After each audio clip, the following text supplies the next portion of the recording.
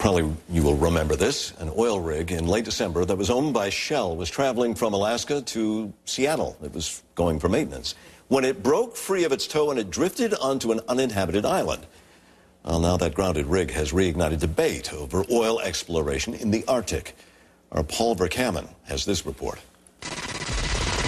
These images of Shell Oil's washed-up culloch have reignited an often under-the-radar debate over planned U.S. oil drilling in the Arctic Ocean. For both the rewards and the risks, we really need a more open public debate about what we really want and what risks we're willing to bear to get it. Popular Mechanics magazine's Jerry Bailenson boarded the culloch for 4 days during its exploratory drilling mission in the Beaufort Sea about 2 months ago. I felt perfectly safe, but the culloch is a round ship. It doesn't have any keel, doesn't really have a bow, and it does ride very rough in the waves. That's when under tow, officials report when the unsecured culloch was grounded, wind gusts hit 65 miles per hour, swells up to 30 feet.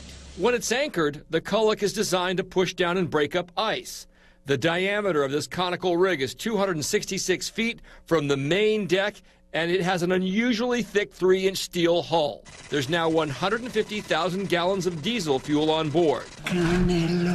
This native Alaskan woman told CNN in July she lives in fear of an oil spill and more shipping in the Arctic. Our subsistence for the winter, it all comes from the ocean. The fish, sea mammal, and the whale. It's gonna ruin our ocean. The abundant oil and natural gas under the Arctic Ocean floor is luring more energy firms, including ConocoPhillips and Statoil, to the Chukchi and Beaufort Seas. Booming Pacific Rim trade is increasing commercial shipping in these waters, and less sea ice means expanding routes. This guy's just below the cabin. The U.S. Coast Guard is tasked to cover an area that spans the equivalent of the continental U.S. Rear Admiral Thomas Ostabo flew over the culloch.